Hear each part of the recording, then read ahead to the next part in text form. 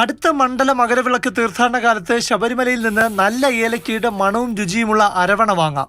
1.5 വർഷത്തിലധികമായി ഏലക്കയില്ലാത്ത അരവണയാണ് തിരുവിതാംകൂർ ദേവസ്വം ബോർഡ് ഭക്തർക്ക് നൽകുന്നത്. ഏലക്കയിൽ കീടനാശിനി സാന്നിധ്യം കണ്ടെത്തിയതിനെ തുടർന്നാണ് ഹൈക്കോടതി നിർദ്ദേശപ്രകാരം അരവണയിൽ ഏലക്കയുടെ ഉപയോഗം തിരുവിതാംകൂർ ദേവസ്വം ബോർഡ് നിർത്തിയത്. തുടർന്ന് കീടനാശിനി സാന്നിധ്യമുള്ള ഏലക്ക ഉപയോഗിച്ച് തയ്യാറാക്കിയ 6,65,000 ടിൻ അരവണ 2022 മണ്ഡല മകരവിളക്ക് തീർത്ഥാടന കാലത്തിന് ശേഷം വിറ്റഴിച്ചില്ല.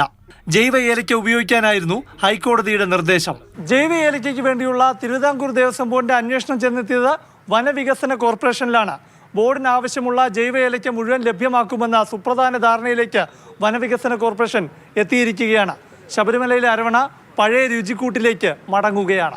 ഒരു തീർത്ഥാടന കാലത്ത് അരവണ തയ്യാറാക്കാൻ 12,000 കിലോ ഏലക്കയാണ് തിരുവിതാംകൂർ ദേവസ്വം ബോർഡിന് വേണ്ടത്. വനവികസന കോർപ്പറേഷന്റെ ഗവി മൂന്നാർ ഏലത്തോട്ടങ്ങളിൽ ജൈവവളം ഉപയോഗിച്ച് ഉൽപ്പാദിപ്പിച്ച 7,000 കിലോ ഏലക്ക ആദ്യഘട്ടമായി ദേവസ്വം ബോർഡിന് നൽകും. 5,000 കിലോ ഉടൻ കൈമാറും.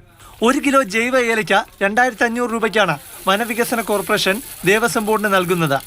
പൊതുവിപണിയിൽ 3,900 രൂപ വിലയുണ്ടെന്നാണ് ബോർഡ് വ്യക്തമാക്കുന്നത്. മണ്ഡല മകരവിളക്ക് തീർത്ഥാടന കാലത്തിന് മുൻപ് ആവശ്യമുള്ള ബാക്കി ഏലയ്ക്ക കൂടി കോർപ്പറേഷൻ കൈമാറുമെന്ന് കോർപ്പറേഷൻ അധികാരികൾ വ്യക്തമാക്കി. ഇതോടെ ശബരിമലയിലെ അരവണ പഴയ രുചിക്കൂട്ടിലേക്ക് തിരിച്ചു വരികയാണ്. പ്രശാന്ത് കൃഷ്ണ, മാതൃഭൂമി ന്യൂസ്, തിരുവനന്തപുരം.